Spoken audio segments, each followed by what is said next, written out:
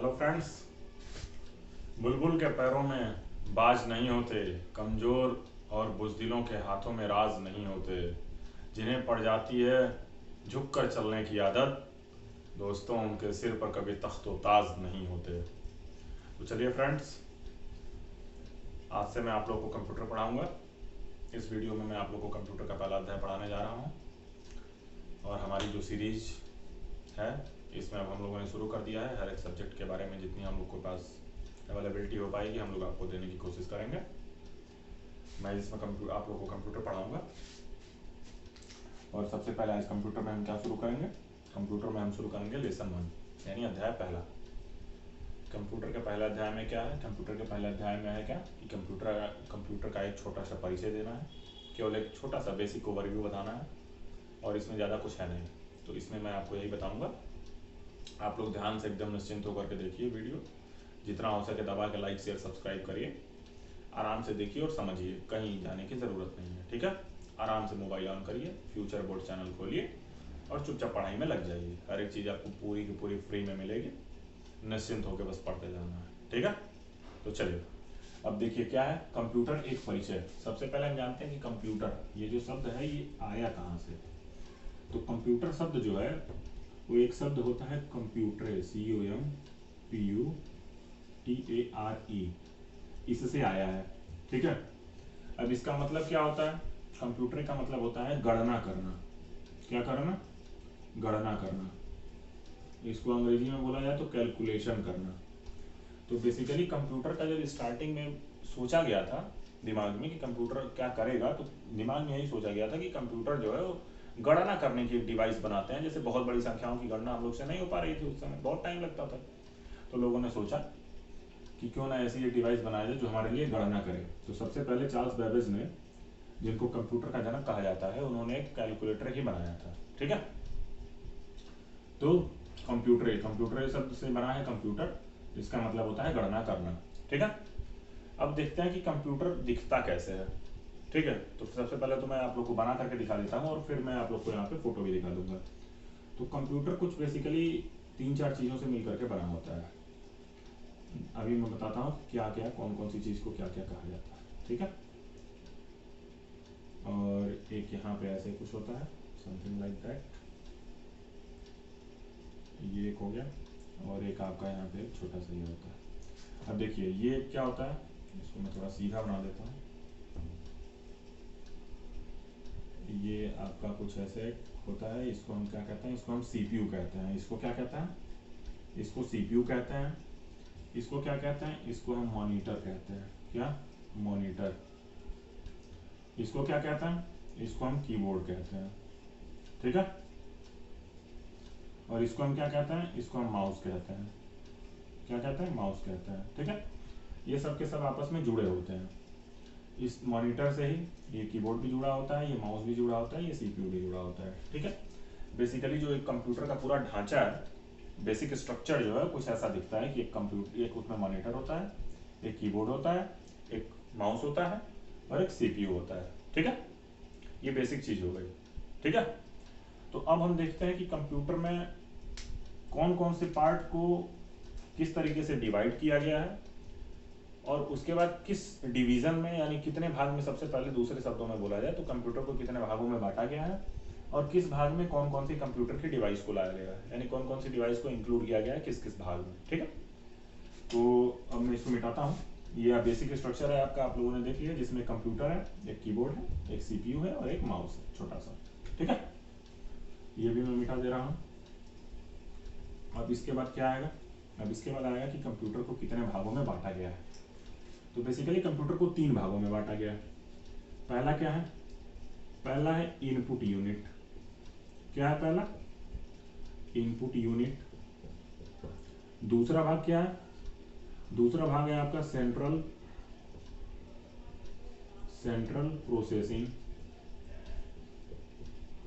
Processing unit. और तीसरा क्या है, तीसरा है आपका आउटपुट यूनिट। क्या है तीसरा, आउटपुट यूनिट, ठीक है। ये 3 भागों में कंप्यूटर को बांटा गया है। 1 मिनट में थोड़ा कैमरे में देख लो कि आ रहा है कि नहीं अच्छे से। हाँ चलो एकदम सही आ रहा है, कोई दिक्कत नहीं है। हाँ तो इनपुट यूनिट, अब input unit, central processing unit और आउटपुट यूनिट, यही बेसिक 3 यूनिट में उसको बांटा गया है, किसको, कंप्यूटर को, ठीक है। तो अब इनपुट यूनिट में क्या क्या आता है, तो सबसे पहले एक ओवरव्यू समझ लेते हैं यहीं से कि तीनों का काम क्या क्या होता है बेसिक कंप्यूटर में।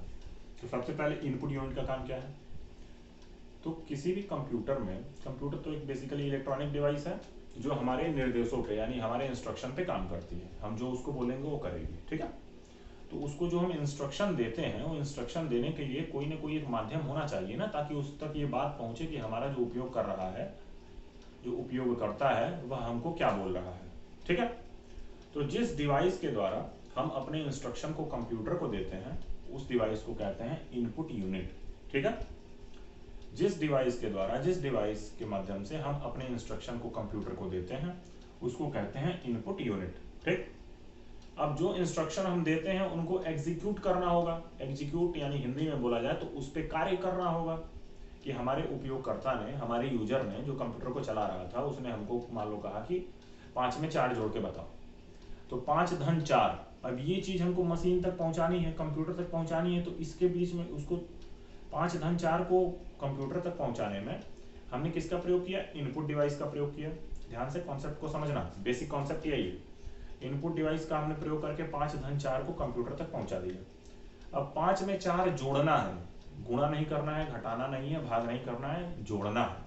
तो ये बेसिकली कि जोड़ना है, इस चीज को पता कौन करेगा, इस चीज को पता करता है सेंट्रल प्रोसेसिंग यूनिट। इस बात को तुम लोग यहीं से पकड़ लोगे कि इसमें क्या होता है, इसमें प्रोसेसिंग होती है, ठीक है। अब उसके बाद क्या है, एक पार्ट और है आउटपुट यूनिट। अब आउटपुट में क्या है, 5 में 4 जोड़ लिए, अब 5 में 4 जोड़ करके कितना आ रहा है, यह दोबारा कंप्यूटर जो है यूजर को दिखाएगा ना, कि 5 में 4 जोड़ के 9 आ रहा है, कि 15 आ रहा है, कि 25 आ रहा है, कितना आ रहा है। तो 5 में 4 जोड़ के 9 आ रहा है, तो यह एक कंप्यूटर दिखाएगा। तो अब कंप्यूटर उधर से जो स्क्रीन पे दिखाएगा, उसको दिखाने के लिए किसी डिवाइस का प्रयोग करेगा। उसी डिवाइस को क्या कहते हैं, उस डिवाइस को कहते हैं हम आउटपुट यूनिट, ठीक है। ये 3 चीजें पकड़ लिए, समझ गए।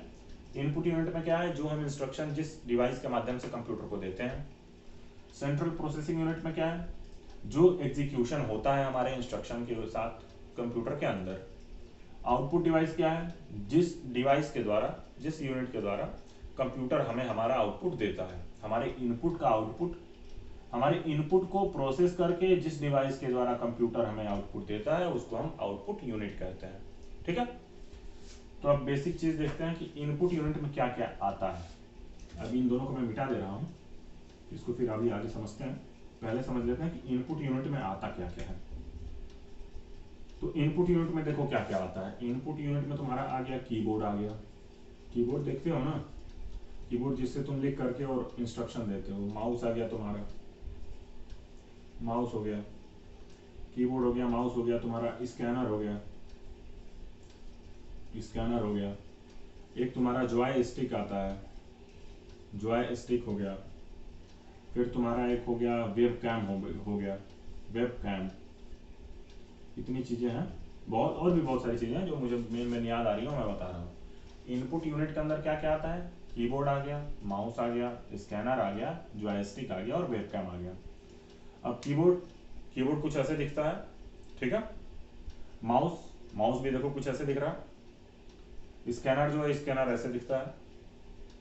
जॉयस्टिक बेसिकली क्या करता है, जॉयस्टिक देखो दिखता है ऐसे है। जॉयस्टिक बेसिकली क्या है, गेम खेलने के पर्पज में यूज किया जाता है, ठीक है। वेबकैम तुम लोग देखे होंगे कि वेबकैम देखो दिखता तो पहले ऐसे है, पहले ये देख लो ऐसे दिखता है। और फिर वेबकैम का यूज क्या है, वेबकैम का यूज जैसे तुम लोग मान लो कहीं पेपर वेपर देने जाते हो, तो वहाँ पे तुम लोग का पहले वेरिफिकेशन होता है। तो वेरिफिकेशन में जो कहते हैं कि कैमरे में देखो, तो जो कंप्यूटर के ऊपर, मॉनिटर के ऊपर जो थोड़ा सा लगा होता है छोटा सा कैमरा जिसमें तुम लोग देखते हो, उसी को वेबकैम कहते हैं, ठीक है। तो इनपुट यूनिट में क्या क्या आता है, कीबोर्ड आ गया, माउस आ गया, स्कैनर आ गया, जॉयस्टिक आ गया, वेबकैम आ गया। ये सारी चीजें तुमने समझ ली, सबकी फोटोज देख ली तुमने कि कौन कैसा दिखता है, ठीक है। अब आते हैं इनपुट यूनिट के बाद किस पे, अब आते हैं हम इनपुट यूनिट के बाद सेंट्रल प्रोसेसिंग यूनिट पे, ठीक है। कंप्यूटर का जो दूसरा मेन पार्ट है वो क्या है, वो है सेंट्रल प्रोसेसिंग यूनिट। तो इसको हम लिख लेते हैं और फिर इसको समझते हैं कि इसमें क्या क्या होता है। Central processing unit. अब सेंट्रल प्रोसेसिंग यूनिट बेसिकली क्या होता है, एक मिनट रुको मैं कैमरे में देख लेता हूँ एक बार और। हाँ ठीक है, सही आ रहा है सब कुछ, परफेक्ट। सेंट्रल प्रोसेसिंग यूनिट क्या होता है? सेंट्रल प्रोसेसिंग यूनिट समझो। सेंट्रल प्रोसेसिंग यूनिट का मतलब क्या होता है, आगे भी मैंने बताया, जिसके अंदर प्रोसेस होता है क्या, हमारा इंस्ट्रक्शन जो हम इनपुट के द्वारा लिए होते हैं। तो अभी जो प्रोसेसिंग सेंट्रल प्रोसेसिंग यूनिट है, यह अभी 3 तरीके की होती है, ठीक है। सीपीयू जो मैंने अभी यहाँ पे ये बॉक्स टाइप का बनाया था ना, कुछ ऐसे, जो मैंने बताया ना कि कुछ ऐसे दिखता है बॉक्स टाइप का। अब यह भी बेसिकली 3 पार्ट में होता है, इसमें भी 3 पार्ट होते हैं, तीनों पार्ट समझते हैं, पहला, दूसरा और तीसरा पार्ट। ये तीनों समझने की कोशिश करते हैं कि कौन सा पार्ट कैसा होता है। देखो पहला क्या होता है, पहला होता है अरिथमेटिक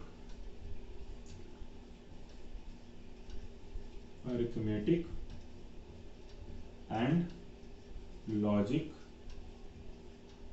यूनिट, जिसको क्या कहते हैं, जिसको हम कहते हैं ALU, ठीक। दूसरा क्या होता है, दूसरा होता है कंट्रोल यूनिट। और तीसरा क्या होता है, तीसरा होता है मेमोरी। क्या होता है, मेमोरी, ठीक है। कंट्रोल यूनिट को CU से दर्शा दिया जाता है कभी कभी, ठीक है। अब ये तुम लोगों ने देख लिया कि सेंट्रल प्रोसेसिंग यूनिट के अंदर हमारे इनपुट के द्वारा दिए गए इंस्ट्रक्शन का प्रोसेस होता है, यानी एग्जीक्यूशन होता है। यह भी 3 तरीके की होती है, arithmetic logic unit ALU, control unit CU और मेमोरी, ठीक है। अब अरिथमेटिक एंड लॉजिक यूनिट में क्या होता है ये समझो। अरिथमेटिक एंड लॉजिक यूनिट में देखो, अरिथमेटिक अंक गणित, समझो ना, हिंदी समझ रहे हो ना इसकी। अरिथमेटिक यानी अंक गणित, यानी गणितीय संक्रियाएं जहां पे होते हैं, the part in CPU in which all the mathematical expression या mathematical executions were done, that part of central processing unit is called arithmetic and logic unit, ठीक है। तो ALU में क्या होता है, ALU में जितनी भी गणितीय संक्रियाएं, जोड़ घटाना गुणा भाग सब, everything is done in arithmetic and logic unit. CU के सेंट्रल प्रोसेसिंग यूनिट के पास कमांड आई कि 5 में 4 जोड़ो, उसने खटाक से सोचा कि यार ये किस पार्ट का है, तो उसने तुरंत दिमाग लगाया कि इसमें तो जोड़ना घटाना है, यानी गणितीय संक्रियाएं हो रही हैं। तो उसने तुरंत किसके पास भेजा, उसने तुरंत भेजा अरिथमेटिक ALU के पास। ALU से कहा कि 5 में 4 जोड़ के दो। ALU ने कहा ठीक है भाई ले लो। 5 में 4 जोड़ करके ALU ने 9 किसको दिया, CPU को दिया। CPU को नहीं दिया, अभी बताता हूँ किसको दिया। ALU किसको देगा, ALU CU को देगा, कंट्रोल यूनिट को देगा, ठीक है। अब यहाँ पे दूसरा पहले पार्ट समझ लेते हैं, फिर तुम लोग अच्छे से समझ में आएगा। कंट्रोल यूनिट क्या करता है, मेन जो पार्ट होता है ना, कंट्रोल करने का, निर्देश लेने का, प्रबंधन करने का, कि कौन सी चीज को कहाँ पे भेजना है, किस चीज को किस पार्ट में रखना है, ये काम होता है तुम्हारा किसका, कंट्रोल यूनिट का। कोई भी इंस्ट्रक्शन आती है तो कंट्रोल यूनिट देखता है कि वह कैसे इंस्ट्रक्शन है, वह जोड़ घटाने गुणा भाग अंक गणित के इंस्ट्रक्शन है, तो उसको भेजता है ALU के पास। ALU उसका रिजल्ट देता है किसको, उल्टा CU को देता है, कंट्रोल यूनिट को। अब कंट्रोल यूनिट उसको स्टोर कहाँ करता है, मेमोरी में, ठीक है। ये चीजें आपस में एक दूसरे से इंटरकनेक्टेड है, इंटरलिंक्ड है, ठीक है। तो चीज समझ गए, CU क्या होता है, अरिथमेटिक एंड लॉजिक यूनिट क्या होता है, और मेमोरी क्या होता है। मेमोरी में बेसिकली क्या होता है, ये मेमोरी 2 तरीके की होती है। मेमोरी कौन कौन सी होती है, एक मेमोरी होती है प्राइमरी, कौन सी, प्राइमरी मेमोरी, और एक होती है सेकेंडरी, ठीक है। अभी इन दोनों के बारे में बताता हूँ किसका क्या काम होता है। पहले एक बार और ये देख लो, CPU का काम क्या है, CPU का काम है हमारे इंस्ट्रक्शन जो भी इनपुट डिवाइस के द्वारा दिए जा रहे हैं उनको एग्जीक्यूट करना, प्रोसेस करना। अब इसमें 3 पार्ट है, ALU, CU और मेमोरी। CU जो है इसका मेन पार्ट है। CU बेसिकली मेन तो तीनों है, लेकिन इंस्ट्रक्शन देने का काम या कैसे एग्जीक्यूट करवाना है, कौन सी चीज़ को कहाँ पे करवाना है, क्या करना है, सारा का सारा प्रोसेस सेंट्रल कंट्रोल यूनिट करता है। इसके पास कोई भी इंस्ट्रक्शन आती है, अगर वह ALU वाली है, इसके पास भेजा, अब कुछ उससे रिजल्ट मिला, उसको स्टोर करने का काम है, तो स्टोर करने का काम मेमोरी में होता है, ठीक है।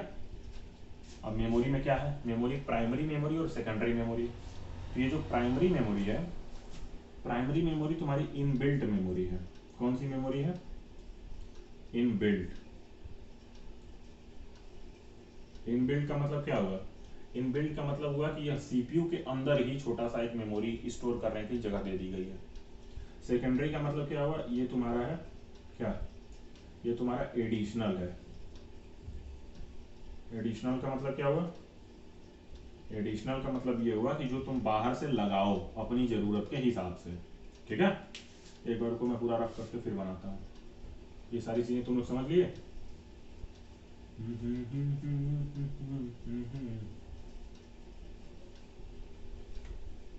अब तुमको पहले मेमोरी अब समझाना है। मेमोरी थोड़ा सा बड़ा है, थोड़ा सा बड़ा क्या मतलब समझना है अच्छे से। मेमोरी अच्छे से समझाता हूँ पहले तुमको। मेमोरी ये हो गया तुम्हारा तीसरा। मेमोरी कौन कौन सी है? मेमोरी तुम्हारी है दो। एक तुम्हारी है प्राइमरी, प्राइमरी है, और एक तुम्हारी है सेकेंडरी। अब प्राइमरी और सेकेंडरी क्या क्या है? प्राइमरी में तुम्हारा, प्राइमरी भी दो तरीके की है। प्राइमरी तुम्हारी कौन कौन सी है? इसको ध्यान से समझो। ये है रैम, इसको अंग्रेजी में बोलते हैं रैंडम एक्सेस मेमोरी। क्या बोलते हैं इसको? Random access memory. और ये तुम्हारा है रोम, दूसरा वाला है रीड ओनली मेमोरी। ठीक है, ये दो तरीके की होती है। कौन सी? Primary memory. ठीक है, प्राइमरी मेमोरी अभी हमने क्या पढ़ा था कि प्राइमरी मेमोरी तुम्हारी क्या है? ये तुम्हारी अंदर होती है, इनबिल्ट होती है, इनबिल्ट होती है। ठीक है, अब रैम और रोम क्या है? जब भी कोई चीज हम स्टोर करने जाते हैं मेमोरी के अंदर, मेमोरी की सीपीयू की प्राइमरी मेमोरी के अंदर, तो उसमें दो तरीके से सेव करने का हमको ऑप्शन मिलता है। एक ऐसा होता है कि हम आज सेव कर लें और कुछ देर के लिए ही बस सेव करें, फिर उसको डिलीट हो जाएगा अपने आप। और एक होता है कि हम सेव तो करें लेकिन वो परमानेंट के लिए हो, बहुत दिनों तक के लिए हो। तो उसी के आधार पर ये दो तरीके से इसको बांटा गया है। एक है तुम्हारा रैंडम एक्सेस मेमोरी। अब इसमें क्या होता है, दिख नहीं रहा तो अच्छे से देख लो। रैंडम एक्सेस मेमोरी और read only memory. RAM, RAM में होता यह है कि तुम इसमें कोई भी इंस्ट्रक्शन कितने दिनों के लिए, छोटे से समय के लिए स्टोर कर सकते हो, लेकिन उसमें तुम रीड भी कर सकते हो और राइट भी कर सकते हो। रीड भी कर सकते हो, राइट भी कर सकते हो। रीड और राइट दोनों करने का मतलब क्या हुआ? यानी तुम कोई भी चीज स्टोर कर रहे हो तो उसको तुम सिंपल पढ़ भी सकते हो। अब उसमें कुछ गलती मिल गई, मान लो तुमको मिल गया संजू लिखे थे, yes A J N U लिखे हो संजू की स्पेलिंग, तो तुम तो पढ़े तो कहे कि अरे यार ये तो गलत है, तो तुम अब इसको फटाक से मिटाओगे। अब इसको तुम क्या लिखोगे? इसको तुम खटाक से मिटा करके यस ए एन जे और यू लिखोगे, संजू लिखोगे। ठीक है, तो यहाँ पे तुमने क्या किया? यहाँ पे तुमने राइटिंग का भी काम किया, यानी तुमने कुछ देखा कि गलत है, उसको तुमने सही भी कर लिया। तो ये काम तुम्हारा है रैम में होता है। अब रैम में ये है कि रैम में जो ये डेटा है वो बहुत देर तक स्टोर नहीं हो पाता है, कुछ ही देर तक स्टोर हो पाएगा। अगर तुमने स्टोर किया और लाइट भग गई, फिर जब कंप्यूटर ऑन करोगे तो देखोगे तो ये डेटा नहीं रहेगा। ठीक है, अब रोम में क्या है? रोम में केवल नाम से ही समझ में आ रहा है, केवल रीड ओनली है, यानी इसमें केवल रीडिंग का काम होता है। इसमें कोई भी डेटा को स्टोर करने के बाद तुम उसको चेंज नहीं कर सकते हो, समझे? लेकिन हाँ, इसमें यह है कि चेंज तो नहीं कर सकते हो, लेकिन उसको स्टोर तुम बहुत दिनों तक कर सकते हो, कोई दिक्कत नहीं है, नो टेंशन। समझे? तो तुमने जाना कि मेमोरी बेसिकली दो तरीके की होती है, एक प्राइमरी मेमोरी और एक तुम्हारी होती है कौन सी मेमोरी? एक तुम्हारी होती है सेकेंडरी मेमोरी। प्राइमरी मेमोरी वो है जो सीपीयू के अंदर ही इनबिल्ट होती है, उसके अंदर ही थोड़ी सी जगह होती है। और जो सेकेंडरी मेमोरी है वो बाहर से लगाई जाती है। ठीक है, तो प्राइमरी मेमोरी में क्या है? प्राइमरी मेमोरी भी दो तरीके से बांटी गई है स्टोर करने के पर्पज से। एक है रैम और एक है रोम। रैम क्या होता है? रैम होता है रैंडम एक्सेस मेमोरी। रोम होता है रीड ओनली मेमोरी। ठीक है, रैम जो है, रैम में क्या होता है? रैम में रीडिंग और राइटिंग दोनों का काम हो सकता है। ठीक है, और जो रोम है, रोम में केवल और केवल रीडिंग का काम होगा। रैम में क्या है? रैम में जो स्टोरेज है वो परमानेंट स्टोर नहीं होता है, वो बहुत टेम्पररली स्टोर होता है, यानी बहुत कम समय के लिए स्टोर होता है, हिंदी में बोले तो क्षणिक। ठीक है, और रोम में क्या है? रोम में टेम्पररी नहीं, रोम में परमानेंट स्टोर होता है। ठीक है, मेमोरी की हिंदी में लिख दे रहा हूं यहाँ पे, मेमोरी की हिंदी भी तुम लोग याद करो, स्मृति। ठीक है, स्मृति इसको हिंदी में कहते हैं।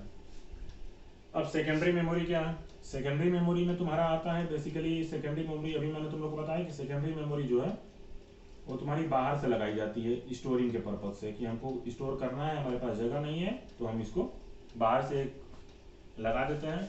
डिफरेंट डिफरेंट साइज के, डिफरेंट डिफरेंट प्रकार के तरीके के आते हैं। तो एक इसमें आता है मैग्नेटिक टेप, उसी के प्रयोग से करते हैं, मैग्नेटिक टेप। ठीक, एक तुम्हारा आता है फ्लॉपी डिस्क, फ्लॉपी डिस्क, और एक तुम्हारा आता है क्या, कॉम्पैक्ट डिस्क, कॉम्पैक्ट डिस्क। अभी सब बता रहा हूं मैं कैसा कैसा दिखता है, कॉम्पैक्ट डिस्क और हार्ड डिस्क। हार्ड डिस्क देखो, ये जो फ्लॉपी डिस्क है ये बेसिकली तुम्हारा बहुत होता है तो 1 से लेकर के और 1.4 MB तक ही स्टोर कर पाता है, बहुत बड़ा स्टोर नहीं कर पाता है ये। कॉम्पैक्ट डिस्क क्या होता है, इसी कॉम्पैक्ट डिस्क को हम क्या कहते हैं, CD भी कहते हैं। ये तुम्हारा बहुत स्टोर करेगा तो 3 से 4 GB तक का स्टोर करेगा।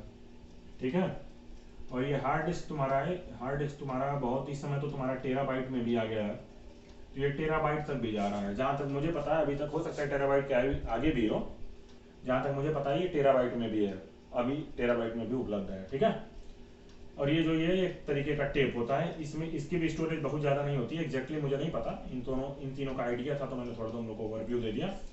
इधर ना दिख रहा हो तो मैंने यहाँ पे लिखा है, देख लो। फ्लॉपी डिस्क जो है वो 1 से 1.4 MB तक, कॉम्पैक्ट डिस्क जो है वो 3 से 4 GB तक, हार्ड डिस्क जो है वो TB तक में जाता है, 1 TB 2 TB 5 TB 10 TB ऐसे। ठीक है, तो तुमने मेमोरी अच्छे से समझ ली। मेमोरी का ये पूरा एक रा डायग्राम है, इसको तुम लोग बना लिया करो, रफ फिगर। ठीक है, कॉपी और पेन लेकर के बैठा करो, कभी भी पढ़ने आओ मेरे पास तो, समझे। सारी चीजें देखो एक अच्छे से मैंने समझा दिया ना, वैसे तुम लोग अपने कॉपी में बना लो। इससे तुम लोग को क्या रहेगा, इससे तुम लोग को हर एक चीज जब तुम पढ़ने जाओगे तो छोटी छोटी चीजों से तुम लोग को याद आ जाएगा। मेमोरी, स्मृति यानी याददाश्त, यानी कुछ ना कुछ स्टोर करने का मामला होगा, तभी तो वो चीज रहेगी। तो 2 तरीके से स्टोर होगा, प्राइमरी में, सेकेंडरी में। प्राइमरी मतलब इनबिल्ट, सेकेंडरी मतलब एडिशनल, एडिशनल मतलब बाहर से जोड़ा गया। ठीक है, प्राइमरी में क्या हो गया, रैम है, रोम है, random access memory, read only memory. RAM का क्या काम है, रोम का क्या काम है, दोनों समझ लीजिए। सेकेंडरी में क्या है, magnetic, floppy, compact, hard disk. इन चारों का क्या है, इन चारों की फोटो देखो। मैग्नेटिक डिस्क कुछ ऐसे दिखती है, ठीक है। हार्ड डिस्क जो है, हार्ड डिस्क कुछ ऐसे दिखेगी, हार्ड डिस्क, हाँ हार्ड डिस्क ऐसे दिखेगी कुछ। कॉम्पैक्ट डिस्क जो है, कॉम्पैक्ट डिस्क ऐसे दिखेगी, ठीक है। और ये तुम्हारी एक फ्लॉपी डिस्क, फ्लॉपी डिस्क तुम्हारी ऐसे दिखेगी, ठीक है।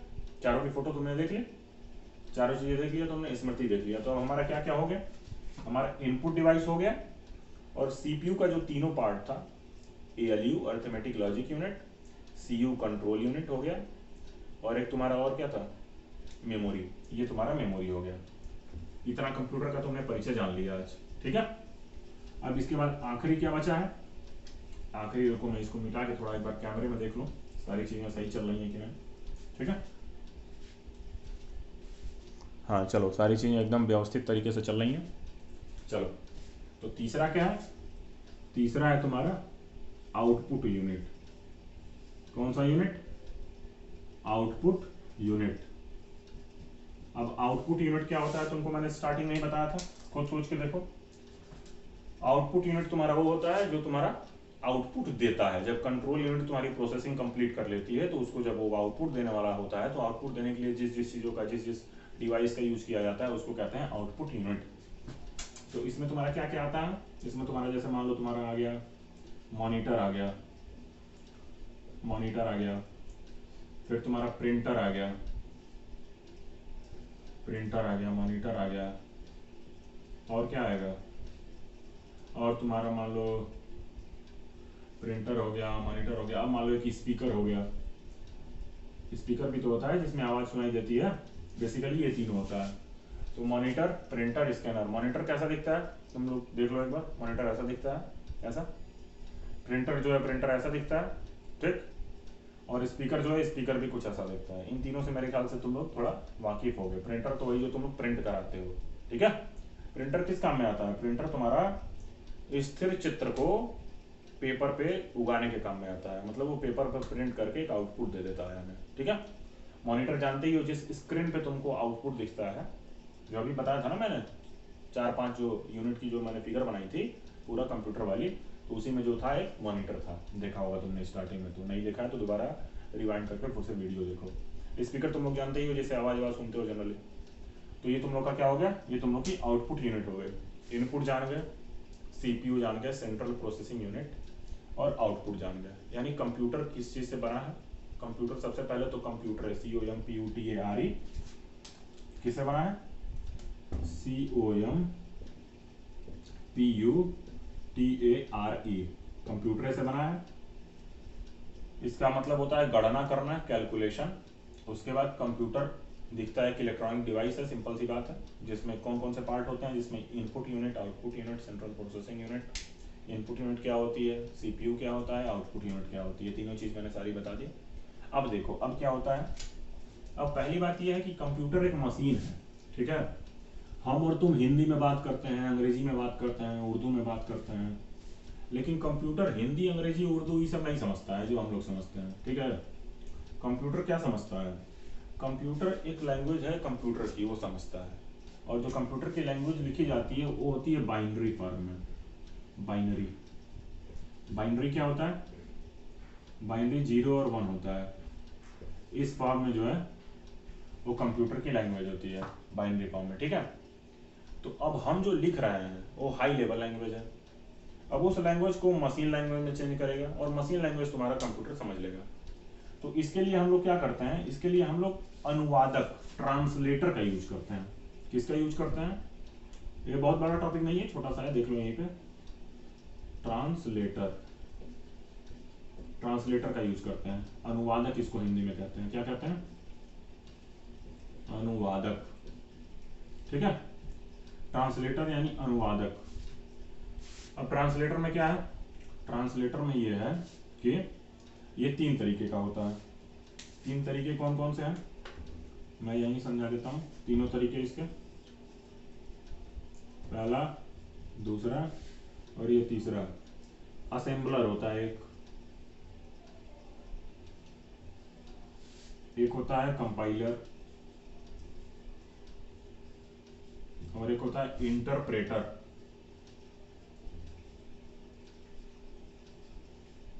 स्पेलिंग इंटरप्रेटर की देख लेना है, मुझे अच्छा से इसमें हो नहीं है। इंटरप्रेटर, असेंबलर, कंपाइलर और इंटरप्रेटर, ये तीनों क्या करते हैं? ये तीनों यूज किए जाते हैं किसके लिए? ये प्रोग्रामिंग होती है बेसिकली, ठीक है। असेंबलर होता है, ये भी एक प्रोग्रामिंग होती है, ये भी एक प्रोग्रामिंग है, और ये भी एक प्रोग्रामिंग है। तुम लोग के जो यूनिट है, मतलब तुम लोग का जो कंप्यूटर है, उसमें आगे चल करके एक दूसरा पार्ट भी है जिसमें केवल और केवल प्रोग्रामिंग है। तो वहाँ पे मैं और विस्तृत एकदम बेसिक चीज़ें तुम लोग की क्लियर कराऊंगा, अच्छे से एकदम निश्चिंत होकर पढ़ो ध्यान से। कुछ भी ना समझ में आए कमेंट करो, सब चीज़ का रिप्लाई तुम लोग को अगले वीडियो में मिल जाएगा, ठीक है। अच्छे से पढ़ो। तो बेसिकली ट्रांसलेटर किस लिए यूज किया जाता है? कि हमारी भाषा को कंप्यूटर समझ पाए, कंप्यूटर की भाषा में चेंज करके उसको समझाया जा सके, ठीक है। तो असेंबलर क्या होता है? असेंबलर जो है वो सबसे पहले हाई लेवल लैंग्वेज को, हाई लेवल लैंग्वेज यानी मतलब हम लोग की लैंग्वेज, हाई लेवल लैंग्वेज को वो क्या कहता है? वो असेंबली लैंग्वेज में चेंज करता है। किसमें? असेंबली लैंग्वेज में चेंज करता है, जिसको कंप्यूटर आराम से फिर मशीनरी भाषा में समझ लेता है, अपनी भाषा में समझ लेता है, ठीक है। बस इतना छोटी छोटी चीजें हैं, बस जानो, ठीक है। असेंबलर जो है हाई लेवल लैंग्वेज को असेंबली लैंग्वेज में चेंज करता है बस, और उसके बाद वो कंप्यूटर उसको समझ लेता है। कंपाइलर क्या करता है? कंपाइलर हाई लेवल लैंग्वेज को किस में चेंज करेगा? हाई लेवल लैंग्वेज को तुम्हारे मशीन लैंग्वेज में चेंज करेगा। मशीन लैंग्वेज में चेंज करके फिर उसके बाद इसको ये किस लैंग्वेज में चेंज करेगा? 1 मिनट रुको, मैं देख लूँ थोड़ा आ रही है कि नहीं आवाज़, सारी चीज़ें सही से चल रही हैं कि नहीं।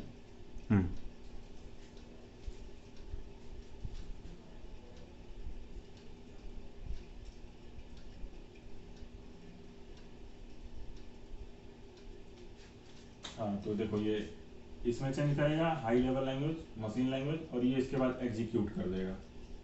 एग्जीक्यूट कर देगा, एग्जीक्यूट का मतलब उसको प्रोसेस कर देना, ठीक है। जो लैंग्वेज हमने लिखी उसको इसने मशीन लैंग्वेज में चेंज किया, और मशीन लैंग्वेज में चेंज करने के बाद जो कंपाइलर है फिर उसको एग्जीक्यूट कर देगा। अगर यहीं पे यहाँ से यहाँ पे आते टाइम जो भी इसको गलतियां दिखेंगी वहां पे एरर ये बताएगा कि ये गलतियां हैं, इसको सुधारो, फिर उसके बाद वो एग्जीक्यूट करेगा। और इसमें कंपाइलर में क्या होता है, कंपाइलर में ऑल यानी एक ही साथ सबका सब एग्जीक्यूट होता है। जैसे मान लो 5 लाइन तुमने लिखी, कंपाइलर आया ये 5 लाइन को लेगा, एग्जीक्यूट करेगा, चेंज करेगा मतलब मशीन में, और फिर उसको एग्जीक्यूट कर देगा। ठीक है। अब इंटरप्रेटर क्या है, इंटरप्रेटर भी यही करेगा, हाई लेवल लैंग्वेज, इसको ये एक काम करेगा इंटरमीडिएट लैंग्वेज में चेंज करेगा। इंटरमीडिएट छोटा छोटा लिख रहा हूं, थोड़ा सा देख लेना, यहाँ पे समझ में आ जाएगा। इंटरमीडिएट लिखा हूं यहाँ, ठीक है। हाई लेवल लैंग्वेज HLL मतलब हाई लेवल लैंग्वेज को इंटरमीडिएट लैंग्वेज में चेंज करेगा, और फिर उसके बाद इसको मशीन लैंग्वेज में चेंज कर देगा। ठीक है, ये मशीन लैंग्वेज में हो गया, और फिर इसको एग्जीक्यूट करेगा। ठीक, लेकिन इसमें क्या है, इसमें वन लाइन, एक लाइन एग्जीक्यूट होगी, फिर एक लाइन एग्जीक्यूट होगी, फिर एक लाइन एग्जीक्यूट होगी, ऐसे चलता रहेगा। ठीक है। अब असेंबलर क्या है, एक बार और जल्दी से देख लो। हाई लेवल लैंग्वेज को असेंबली लैंग्वेज में चेंज करेगा। अब देखो ये असेंबलर भी 2 तरीके का होता है। एक तुम्हारा होता है कौन कौन सा, एक सेल्फ असेंबलर होता है, और एक तुम्हारा होता है क्रॉस असेंबलर।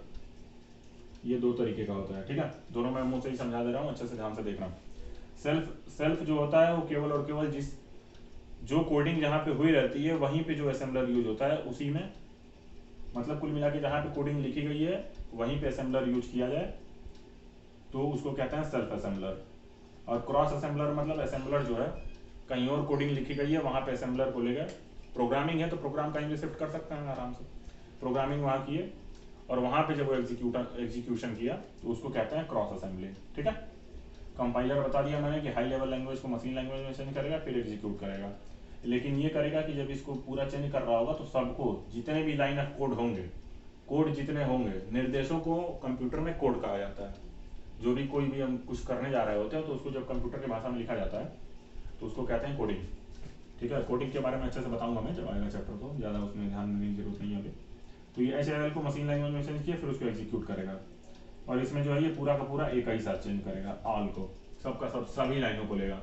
इंटरप्रेटर क्या करेगा, हाई लेवल लैंग्वेज को लेकर के इंटरमीडिएट में चेंज करेगा, फिर इंटरमीडिएट से मशीन लैंग्वेज में चेंज करेगा, लेकिन ये 1 by 1 करेगा। ठीक है, 1 by 1 करेगा ये। ठीक है, एक एक करके करेगा। तो सिंपल सी बात है, इन दोनों में कंपैरिजन पूछेगा तो इन दोनों में कंपैरिजन आराम से बता लोगे, इन दोनों में कंपैरिजन बता लोगे कि यहाँ पे देखो किस में चेंज कर रहा है और यहाँ पे किस में चेंज कर रहा है। इसका प्रकार होता है, इसका जनरली कोई प्रकार होता नहीं होता है। दूसरी चीज ये है कि इसमें टाइम थोड़ा कम लगेगा क्योंकि ये सभी कोडों को एक ही साथ उठाएगा, इसमें थोड़ा सा टाइम, इसके कंपेरिजन में इसमें थोड़ा ज्यादा लगेगा। ठीक है, और इसमें टाइम कम लगेगा। ठीक है। ट्रांसलेटर क्या होता है, ट्रांसलेटर बेसिकली हमारी जो लैंग्वेज होती है उसको कंप्यूटर की लैंग्वेज में चेंज करने के लिए यूज किया जाता है ताकि कंप्यूटर अपनी भाषा में समझ ले उसको। या बेसिकली ये क्या होता है, ये प्रोग्राम होता है। क्या होता है, प्रोग्राम होता है, line of coded, line of code या line of instruction is called program. ठीक है। अब ये 3 तरीके का होता है, असेंबलर, कंपाइलर और इंटरप्रेटर। ठीक, अच्छे से देख लो, ना दिख रहा हो तो, असेंबलर, कंपाइलर और इंटरप्रेटर। असेंबलर का क्या काम है वो मैंने बता दिया, कंपाइलर का क्या काम है वो मैंने बता दिया, और इंटरप्रेटर का क्या काम है वो मैंने बता दिया। ठीक है, तो चलो आज की वीडियो में इतना ही रहने देते हैं आज के लेक्चर में। और ये तुम्हारा जो पहला अध्याय है कंप्यूटर का एक परिचय, बेसिक नॉलेज, बेसिक परिचय मैंने पूरा का पूरा दिया। आई होप कि तुम लोग को बहुत अच्छे से समझ में आया होगा। आराम से इसको तुम लोग एक बार घर पे लिखो, मैंने पूरा का पूरा अच्छे से समझा दिया, चार्ट वाइज जैसे बना करके तुम लोग ये सब रफ डायग्राम बना लेना ताकि तुम लोग के दिमाग में मेमोरी में रहे। और जब भी ना समझ में आए यूट्यूब खोलो, फ्यूचर बोर्ड सर्च करो, तुरंत देखना शुरू कर दो। ठीक है, जितना हो पाए लाइक शेयर सब्सक्राइब दबा के करो, निश्चिंत होकर रहो घर पे। समझ में आई बात, कहीं बाहर भागने की जरूरत नहीं है, हम लोग पूरा पढ़ाएंगे आराम से, सब पढ़ते रहो और ध्यान से देखते रहो। ठीक, चलो फिर आज के वीडियो में फिर मिलते हैं, फिर तब अगली वीडियो में। आज के वीडियो में इतना है, और अगले वीडियो में फिर हम एक नए चैप्टर के साथ आएंगे। इसके बाद वाला जो चैप्टर होगा फिर मैं उसको पढ़ाऊंगा तुम लोग को। ठीक है, तो चलो फिर, थैंक यू, चलो।